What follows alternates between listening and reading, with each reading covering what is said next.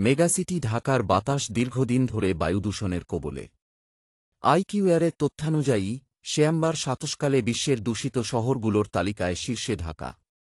৩৮৮ score নিয়ে শীর্ষে রয়েছে শহরটি, যা জনস্বাস্থ্যের জন্য ঝুঁকিপূর্ণ হিসেবে বিবেচিত। ঢাকার বায়ুর মানের কোনো উন্নতি হচ্ছে না। গত বৃহস্পতিবার ঢাকার বাতাস চলতি বছরের মধ্যে সবচেয়ে বেশি দূষিত ছিল। ঢাকার বাতাস সেদিন ছিল দুর্যোগপূর্ণ।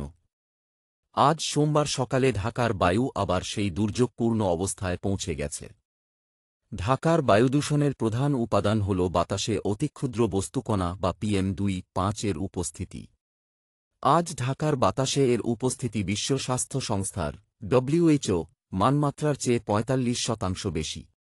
তালিকায় ২২১ স্কোর নিয়ে দ্বিতীয় অবস্থানে রয়েছে মিশরের রাজধানী কায়রো, ১৯৫ স্কোর নিয়ে তৃতীয় অবস্থানে রয়েছে মঙ্গোলিয়ার রাজধানী উলানবাটর।